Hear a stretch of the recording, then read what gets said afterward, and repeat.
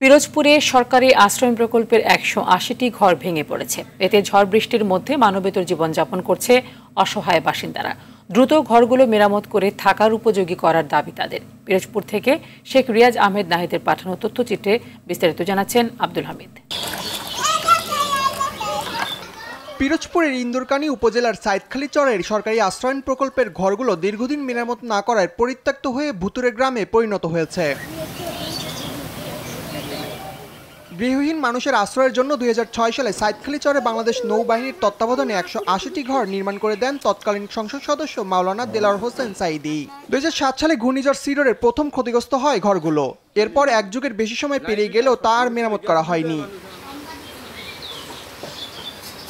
ঘরগুলোতে বসবাসকারীরা দরিদ্র মৎস্যজীবী ও দিনমজুর।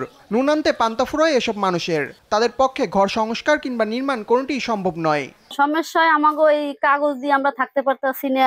এবার বৃষ্টি বদলে বাচ্চা গাছের বই খেতা ভিজে যায়, পড়ালেখা করাতে গেলে আমাকে কষ্ট হয়। চাল দিয়ে পরে পানি ইকুল দেয় ইসলা উকুল দেয় ইসলা বন্যা আইলে হেকালে তো আর কোনো লাইনই নেই। আমাকে ওই ঘরটা যদি ঠিক করে দিতে তাহলে আমরা একটু শান্তিতে একটু থাকতে পারতাম। সাইড হিসাব করে দিয়ে গেছে, আবার তো আর কেউ ধরে না। মানে দীর্ঘদিন ধরেই আমরা এই আবাসনে থাকি। মানে এখন থাকার মতন কোনো পরিবেশ নেই। এখন থাকি কোনোরকম পলিথিন দিয়ে ছাপড়া দিয়া, এবং কোনো সম্পত্তি নাই যে যাই আমরা এখান থাকবো। উপজেলা নির্বাহী কর্মকর্তা জানান ঘরগুলো সংস্কার করা সম্ভব নয়, তাই নতুন ঘর নির্মাণে সরকারের কাছে আবেদন করেছে স্থানীয় প্রশাসন। ২০০৬ সালের পর থেকে অদ্যাবধি এখনো পর্যন্ত ওই ঘরগুলোর কোনো রকম সংস্কার করা সম্ভব হয়নি।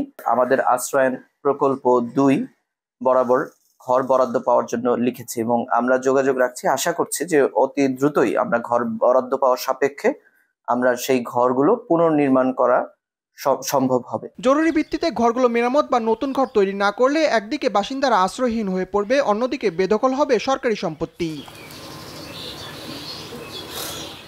আব্দুল হামিদ, RTV।